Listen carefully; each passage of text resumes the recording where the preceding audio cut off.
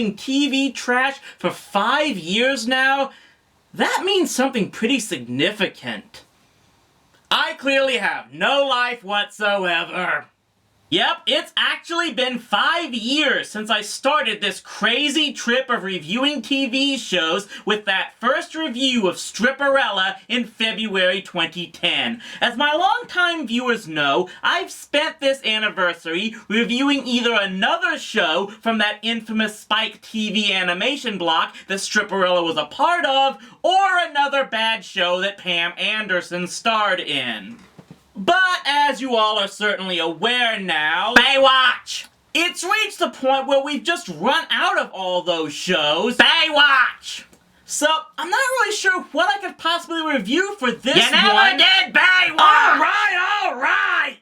Yes, in all this time, I have not yet reviewed the show that made Pam Anderson a household name, Baywatch. Of course, I did mention it a long time ago in my Top 10 Guilty Pleasures episode, and therein lies the reason why I've chosen not to give it a full review. Most people know that Baywatch is a so-bad-it's-good kind of show, a cheesy action-adventure series loaded with PG-rated fan service. Also, it lasted 12 seasons, so it's not exactly obscure. Maybe I could go back one day and review individual episodes, or maybe the Pam Anderson seasons, but for the most part, this just looks like a series that Obscurus Lupa is better off doing herself. So, yeah, I wouldn't outright say that Baywatch is totally deserving of a review for now.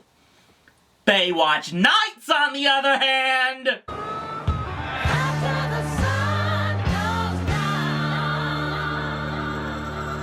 Whether it was the desire to bring David Hasselhoff back to his Knight Rider roots, or his desire to prove Baywatch was about the drama and not about hot babes running and jiggling, Baywatch Nights was spun off from the original in 1995, and has since gone down in history as not just one of the worst spin-offs in history, but has made quite a few lists of worst shows, period. And just why is that? Well, let's head back to the beach and find out. You know, some people think the beach closes after the sun goes down.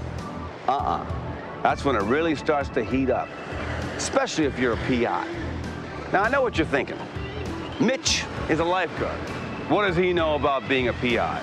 Well, when Mitch is a character played by an executive producer, he can know anything, as we'll see. So after that big shill speech from the Hoff on this new series, because why show us what the series is about to start off, we get this opening sequence. Wait, that voice. The devil's holding your life on the line. Angels are calling, praying for time. Lou Rolls? Yeah, the jazz legend not only did the music for this first season, but also got a recurring role big enough to land in the opening credits. We're not even 2 minutes in and you're making me remember all of the Garfield specials from the 80s. Not a good sign when I can be reminded of better stuff this quickly. And then, as we get shots of this woman being stalked, they keep cutting away to this guitar player. And now here come the cop rock flashbacks. We're not even 4 minutes in, and you're giving me whiplash from remembering good and bad stuff. This cannot end well. Yep, even in this series, they can't avoid shots of a woman running. So the basis of this story is that Hasselhoff's character of Mitch Buchanan is now moonlighting, geez, even my own lines are reminding me of better shows, at a detective agency started by the original show's local police officer, Garner Ellerby, along with their third partner, Ryan McBride. And yeah, she's played by Angie Harmon. Hello? Ellerby, McBride, Buchanan. Alphabetical. Hello? Hello? Hello? Hello? It's the blinking one, Mr. Ellerby. They are all blinking, Miss McBride. Hello? No, we didn't order any. Hang on. Anybody feel like pepperoni pizza? They take check. I haven't seen this much foreshadowing to a show being a disaster since the Super Train pilot. Their first case is where this fashion model that Mitch has been hovering over comes in afraid that she will be the next target of whoever killed her colleague we saw earlier. I want to hire you guys to protect me. Bodyguard. Look, lady, you're barking at the wrong people to try to help you. I'm gonna recommend this security agency to you, Valerie Irons Protection. Round-the-clock protection means 3 8-hour shifts, and I got the graveyard. And you're not gonna stop talking throughout this entire series, aren't you? In Little League, I was a pitcher. My catcher and I communicated through signs. 1 finger was a fastball, 2 fingers, a curve. Holding hands is a sign too. But I didn't know the game she was playing or the rules. Yeah, the show synopses that I've read online say Ellerby started the detective agency because he was pretty much going through a midlife crisis. Why do I get the feeling Hasselhoff started this series for the same reason? Something's wrong. What? This is not your color. You know, you really shouldn't be here. Oh, yeah, You're right in the middle of a major girlfriend. Let's trade. You go outside and do your guy thing. Oh, come on, they're professionals. They don't care. I do. Dave, just do what Maddie says and you'll get hurt less. What? This is clearly a moonlighting ripoff, so I might as well call them that at least once. I dusted it. There are no suspicious fingerprints, and it's not in his own handwriting. He doesn't want to get caught. Do you find it odd that Goatee has his little tete-a-tete with her, like, right in front of your lifeguard tower? Yeah, I asked her the same thing. She told me she'd been filming up and down the beach all week. She got very bad reviews from her buddies backstage at the fashion show. Jealousy. Maybe, maybe not. Did you know that she lost the Tamar perfume campaign because she has a drinking problem? The supermodel's the killer. Yeah, maybe I should apologize to Veronica Mars for not being so blatant. They eventually track down this paparazzi photographer that has been stalking her all this time before they eventually confront him in her home and she guns him down. And because Mitch has super special spidey sense in this series, he begins to suspect something isn't quite right. The stalker took these when she was asleep. Each one's a little different. The blankets have moved. The pillow's in a new spot. So what are you saying? She took them herself with an automatic timer. The letters? She made them herself. Yeah, you're a real smart guy, Mitch. Yet you're the one who's willing to single-handedly confront someone you saw shoot another guy with pinpoint accuracy. I'm sorry, because I really had a good time with you. You won't shoot me. I'm not going to prison. I've already killed 2 people. What makes you think I'm not going to kill you?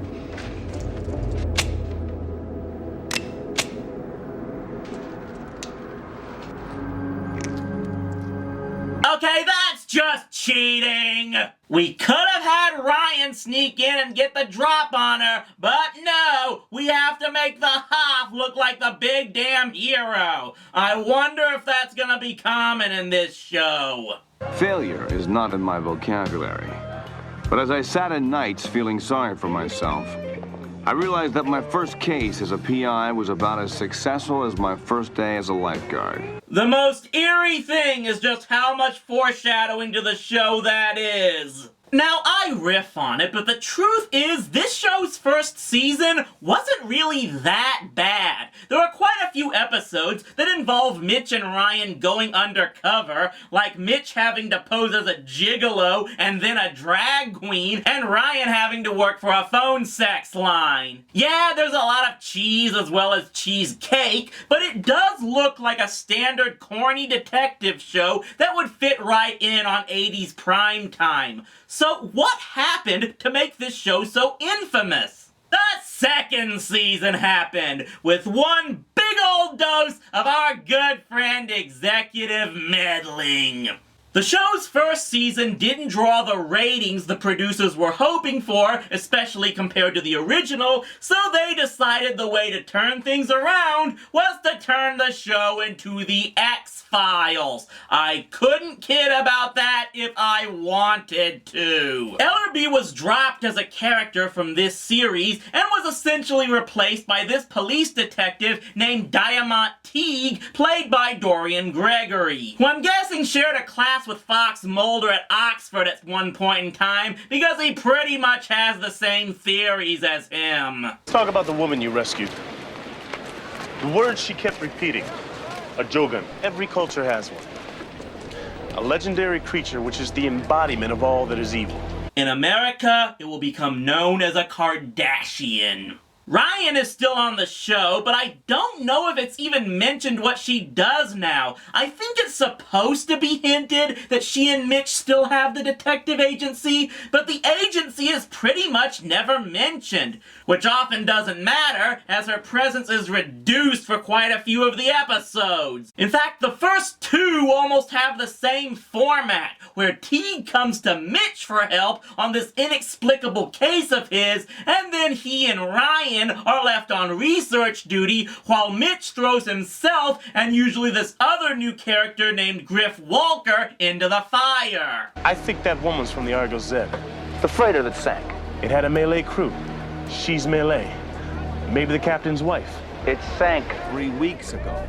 People have been known to survive in trapped air pockets. A week, maybe. 3 weeks, no way. I think it's clear what the first question we all have to ask in. Why in the hell is Teague always going to Mitch every time he has one of his insane paranormal theories? Again, there's no reference to the detective agency as far as I could tell. Maybe it was and I missed that episode. But otherwise, especially if you came into this series starting with this season, it's going to look like this cop is going to a freaking lifeguard with these cases. Why? Let me see. I know my superiors will put me in a padded room if I go to them with my theory, but I could still find any number of paranormal experts in a place like Los Angeles. Nah, I'm gonna go with this lifeguard because he reminds me of that secret agent with the talking car. At this point, I think you figured out the biggest problem. This is not Baywatch. It's not close to Baywatch. They should have just up and called this show the David Hasselhoff Mysteries. Even the new intro for the second season puts Hasselhoff front and center. Hey Hoff, hate to break it to you, but you weren't the reason people tuned in to Baywatch. There are about 3 to 4 bigger reasons each season. Actually double that number. I think maybe he did understand that, and thus brought in Donna D'Errico as a lifeguard to remind us all that this is in fact a Baywatch show. But again, she has even less to do in this series than Harmon now has. In fact, for all the complaining about how the original Baywatch used the girls for eye candy, they were still at least important characters there. This series, it may actually be more sexist because it pushes those female characters off to the side. Yeah, Pam Anderson in a one-piece was actually a more developed character in this franchise than Angie Harmon in a cardigan. For example, almost the entire second season premiere shows Mitch and Griff trapped in a sunken ship with what the show refers to as the Bigfoot of New Guinea. You saw it. Yeah, I saw it. I don't know what it was, but I saw it. Ironic for a show that will become known as the black sheep of spin-offs. Then, in the first episode where Ryan actually has something to do in the plot, she and Mitch get trapped on an oil rig where, you think I'm trolling you with this, they fight a slime monster by attacking it with fire. When a Baywatch episode requires knowledge of the Dungeons & Dragons monster manual, something is seriously wrong. Subsequent episodes involve vampires, the poltergeist of a serial killer, our characters possibly being taken to the future, and Mitch and Ryan getting sucked into a video game. It's like something in Hasselhoff's brain snapped and told him guys didn't really want to watch a show about scantily clad women bouncing all over the beach. You know what they really want? An adult version of Goosebumps.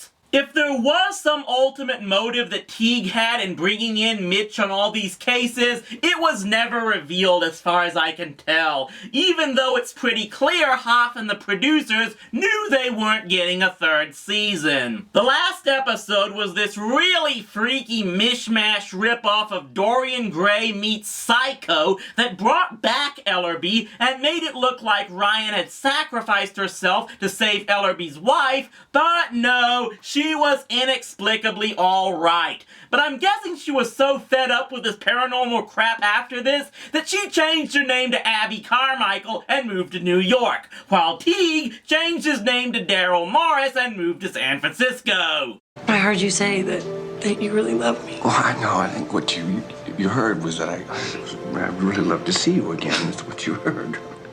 Really? Yeah, that's what you heard, yeah. Mitch, you're an asshat. I'm going back to watching Yasmin and Carmen because this series sucked! The first season's episodes weren't terrible, but it's not hard to guess they came off as a watered-down version of the original show, and thus viewers of the first series saw it as not being worth their time. The retool just comes off as one of the most bizarre cases of what the hell were they thinking ever. The sci-fi horror elements wouldn't have appealed to many fans of Baywatch. Most people who would have enjoyed such elements likely wouldn't have thought to look for them from a show called Baywatch, and the talents of Angie Harmon, who may have been the best thing about the first season, were just wasted.